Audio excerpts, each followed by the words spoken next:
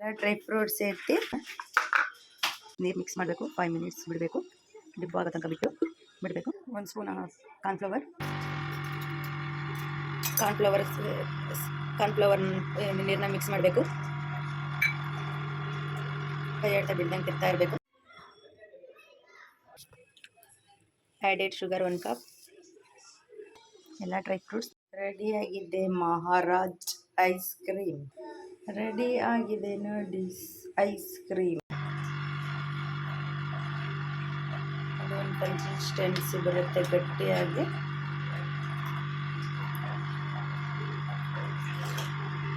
ಆಮೇಲೆ ಮಿಲ್ಕ್ ಪೌಡರ್ನ ಆ್ಯಡ್ ಮಾಡಬೇಕು 1 ಕಪ್ಪು. ಅದಕ್ಕೆ ಸ್ವಲ್ಪ ಕೇಸರಿ ಮಿಕ್ಸ್ ಮಾಡಬೇಕು.